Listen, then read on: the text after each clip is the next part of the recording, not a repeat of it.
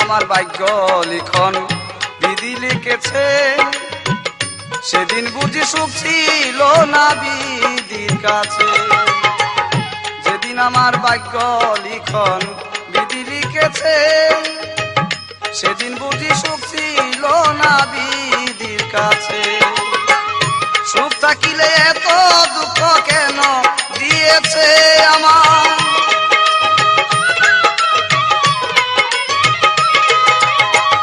সুখ থাকিলে এত দুঃখ কেন দিয়েছে।